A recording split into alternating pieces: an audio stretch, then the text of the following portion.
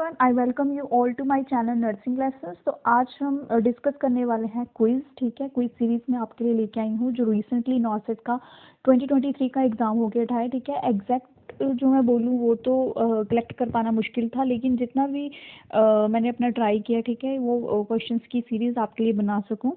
तो चलिए without any delay video को स्टार्ट करते हैं। तो सबसे पहले हमारे पास जो क्वेश्चन है वो है all of the following movement are include in hand washing except. ठीक है, इनमें से कौन से मूवमेंट है वो इंक्लूड होते हैं एक को छोड़ के। देखो, बिफोर टचिंग द पेशेंट हमने हैंड वॉश करने हैं, after touching the patient, before doing any procedure.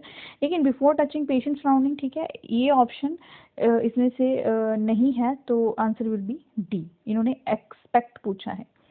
ठीक है, now moving on to the next. इसमें उन्होंने बोला है कि early symptom of meningitis in infant. देखो, इन्होंने बोला है, एक तो पूछा है अर्ली सिम्टम, लेट सिम्टम नहीं पूछा, अर्ली सिम्टम पूछा है, और पूछा है मेनिंजाइटिस का इन्फेंट्स में, ना कि चिल्ड्रन में। तो इसमें जो चिल्ड्रन का जो रहता है, ठीक है, एक तो उनके फॉन्टेनल्स होते हैं, अभी क्लोज नहीं हुए होते हैं। ठीक है, तो क्या होता है जब मेनिंजेस की इन्फ्लामेशन होती है, जो उनके जो फॉन्टेनल्स हैं, ठीक है, वो बल्ज हो जाते हैं। ठीक है, ड्यू टू मेनिंजाइटिस इन्फ्लामेशन वो बल्ज हो जाते हैं। तो answer will B bulging fontanelle. Okay, moving on to the next, we have which of the following finding in newborn require immediate nursing intervention। इन चारों में से वो कौन सी मतलब इंटरवेंशन है, फाइंडिंग है सॉरी, जो इमीडिएट नर्सिंग इंटरवेंशन रिक्वायर करती है। देखो, अगर आपको नॉर्मल वैल्यूज़ पता हो तो ये क्वेश्चन आपके लिए सबसे इजी है। देखो, न्यूबॉर्न में ये भी नॉर्मल है, ये भी नॉर्मल है, और ये भी नॉर्मल है। इसमें से जो अब नॉर्मल हमें लग रहा है वो है बी। ठीक है, तो ये इंडिकेट कर रहा है हाइपोग्लाइसीमिया इन न्यूबॉर्न। तो आंसर विल बी बी। ठीक है, इसके लिए उनको इमीडिएट रिक्वायरमेंट होगी नर्सिंग इंटरवेंशन की। Now next question we have is which of a following child has a low risk of sudden infant death syndrome. ठीक है, ये होता है, ठीक है, SIDS बहुत कॉमन है, मतलब कॉमन नहीं बोलूँ, मतलब इसका कोई कॉज एग्जैक्ट नहीं है, लेकिन फिर भी इन्होंने पूछा है कि लोअर रिस्क किस में है। तो the answer will B child lying in supine. अगर जो बच्चा सुपाइन पोजीशन में है उनमें इसका ये रिस्क है वो सबसे ज़्यादा लो होगा। Next moving on is which is the first priority of female in labour just with the spontaneous rupture of membrane. देखो, जिस लेडी है, ठीक है, वो किस में है, लेबर में है, लेकिन उसका स्पॉन्टेनियस रप्चर ऑफ मेम्ब्रेन हो गया है, तो उसके लिए हमारी जो फर्स्ट प्रायोरिटी होगी, ठीक है, नर्सिंग वाली, वो क्या होगी। देखो, उस टाइम पे हमने ना तो उनकी क्वालिटी चेक करने बैठना है एमनियोटिक फ्लूइड की, ठीक है, ना कलर, ना उसका अडोर। तो first priority will be fetal heart rate monitoring. तो नेक्स्ट हमारे पास देखो आ जाती है ड्रग कैलकुलेशन। तो ड्रग कैलकुलेशन में क्वेश्चन थोड़ा उन्होंने ट्रिकी डाला है। ठीक है, इसमें उन्होंने बोला है कि 500 ml ऑफ डेक्सट्रोज हमने देना है इन 5 आवर्स। ठीक है, बट बाया ब्यूरेट सेट, ब्यूरेट सेट से देना है। अगर जिन लोगों को पता है ब्यूरेट सेट क्या है, उनको ईजिली पता होगा कि उनका हमने ड्रॉप फैक्टर क्या चूज़ करना है। देखो, burette set is the paediatric set. तो इसको क्वेश्चन को हम इस तरह से सॉल्व करेंगे। देखो, पहले तो हमें 5 आवर्स दिए हुए हैं, इसके हमें बनाने पड़ेंगे मिनट्स। तो इसको हमें 60 के साथ मल्टीप्लाई करके मिनट्स ना लिए 300। ओके, तो 500 फ्लूइड है, ये हमें देना है, किस में देना है, 300 मिनट्स में देना है। ठीक है, इनटू ड्रॉप फैक्टर रहेगा आपका इसमें 60। तो ये कर आके आपका आंसर आ जाएगा 100। तो answer will be B. Okay, so next question था। देखो, इसके ऑप्शन अवेलेबल नहीं हो पाए, मतलब एग्जैक्ट क्या थे, लेकिन ये सिंपल सा क्वेश्चन है कि मोस्ट कॉमन सिम्टम क्या है अल्कोहल विड्रॉल सिंड्रोम का। ठीक है, साइकेट्रिक में से क्वेश्चन आया है ये, तो इसको हम बोलेंगे ट्रेमर्स। इजी है ये तो। Next we have which position should be applied for tracheoesophageal fistula.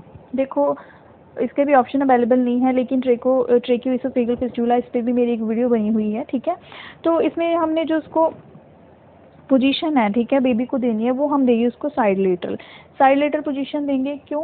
क्योंकि क्या है, सलाइवा उसका इसमें क्या होता है, उसमें एक अबनॉर्मल कनेक्शन बन जाते हैं, ठीक है, उसके साथ उसके लाइक ट्रेकिया के और फिस्टुला के, जिसकी वजह से क्या है, उसका लाइक जो abdomen के साथ उसका कनेक्शन नहीं बन पाता, ठीक है, लाइक इस तरह से, ठीक है, ये उसका हो गया, बोलूँ अपर सेगमेंट हो गया उसके ईसोफेगस का, ठीक है, और सॉरी अपर सेगमेंट हो गया, ये लोअर सेगमेंट हो गया, ठीक है। तो इनमें अब नॉर्मल कनेक्शन नॉर्मल कनेक्शन नहीं बन पाता, बल्कि यहाँ ट्रेकिया के साथ उसका अब नॉर्मल कनेक्शन रहता है।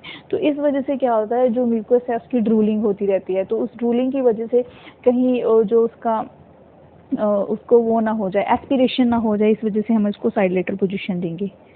ऑप्शंस अवेलेबल नहीं थे लास्ट क्वेश्चन के मेरे पास। तो next moving on to at which level of bilirubin phototherapy will be started. तो फोटोथेरेपी देखो हम कब स्टार्ट करते हैं, फोटोथेरेपी हम स्टार्ट करते हैं, सिंपल सा क्वेश्चन था पीडियाट्रिक्स वालों के लिए, मैं बोल दूँ जिन्होंने पीडियाट्रिक्स अच्छे से पढ़ी है, वो है मोर देन 15 मिलीग्राम पर DL, ठीक है। 15 mg पर DL जब बिलीरुबिन लेवल ज़्यादा होता है, ठीक है, तब हम फोटोथेरेपी देते हैं, ठीक है। तो आंसर विल बी दिस। तो एक और क्वेश्चन रहता है इसी में से, क्वेश्चन एक और आया था कि आई डोंट नो बट थोड़ा सा जितना मुझे याद है कि ये जो हम फोटोथेरेपी देते हैं ना, ये हम पैथोलॉजिकल के लिए देते हैं, फिजियोलॉजिकल के लिए नहीं देते। फिजियोलॉजिकल के लिए फोटोथेरेपी की ज़रूरत नहीं पड़ती, वो तो मतलब नॉर्मल चीज़ें। हाँ, पैथोलॉजिकल कुछ कंडीशंस की वजह से हो जाता है, उस केस में हम फोटोथेरेपी देते हैं, बिकॉज जॉन्डिस भी 2 टाइप्स का होता है ना।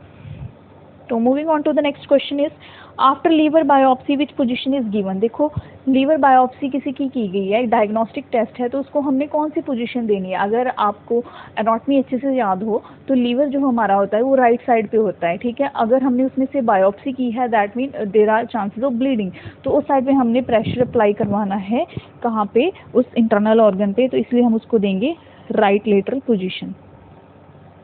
So next question we have is which fluid is used to transfer food from tissue to blood stream। देखो ये जो क्वेश्चन है इस पे भी एक वीडियो बनी हुई है, उसमें हर तरह के फ्लूइड्स मैंने एक्सप्लेन किए हुए हैं, आप मेरे चैनल पे जाके देख लेंगे, या फिर मैं आपको इसमें लिंक दे दूंगी, ठीक है। ये इम्पॉर्टेंट आई थिंक पार्ट है किसी भी नर्सिंग एंट्रेंस एग्ज़ाम के लिए।